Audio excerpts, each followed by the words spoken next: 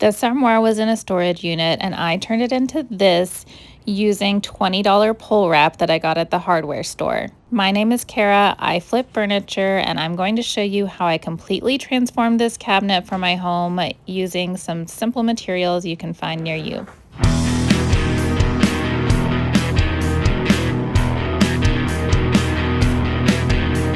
Okay, let's start by talking about the material I used because a lot of people try to save money by using bamboo or bamboo mats.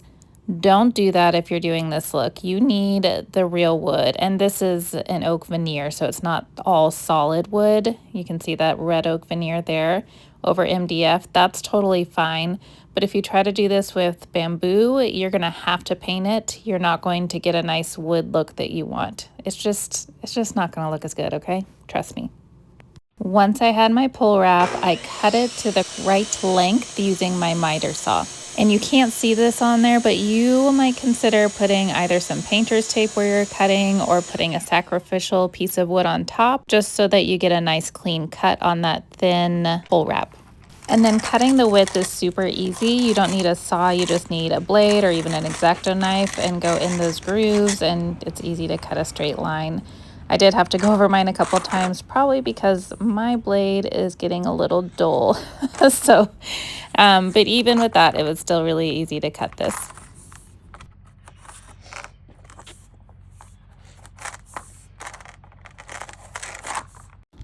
Then I attached my pole wrap to the front of this cabinet I was refinishing using construction adhesive, or you could use liquid nails. You could even use wood glue here, but I used construction adhesive because that's what I had.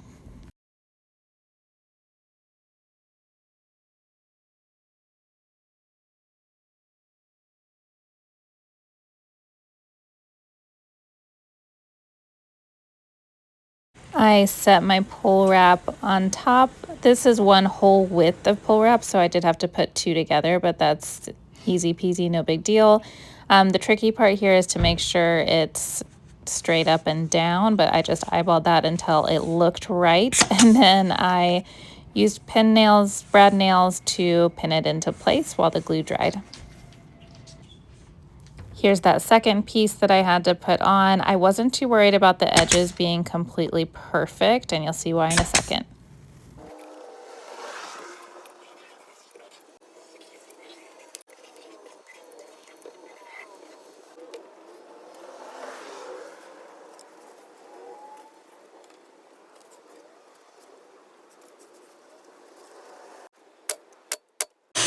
So the reason I wasn't concerned about the edges being perfect is because I was covering them, and I think this also just makes it look so much more finished. I got this trim at Menards as well, and I just cut it on my miter saw to get those 45-degree angles and attached it with my brad nailer.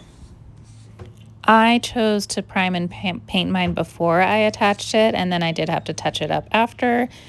You could also just wait and do all of that after it's attached, but I found that to be the easiest, so that way I don't have to worry about so much about getting paint on the pole wrap.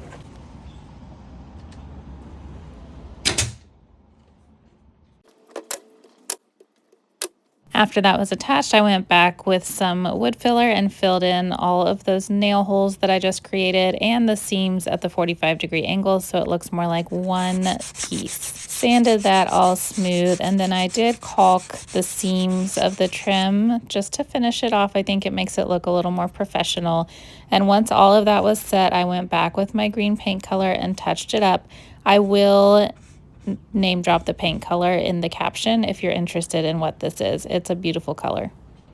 And that is it. Pole wrap, what's nice about this wood pole wrap also is that you could stain it. I chose to leave it raw because it matches the floors in our house that it's going in. Not this is my garage, but in our home it looks nice with this raw color, but you could definitely stain and seal it and make it your own.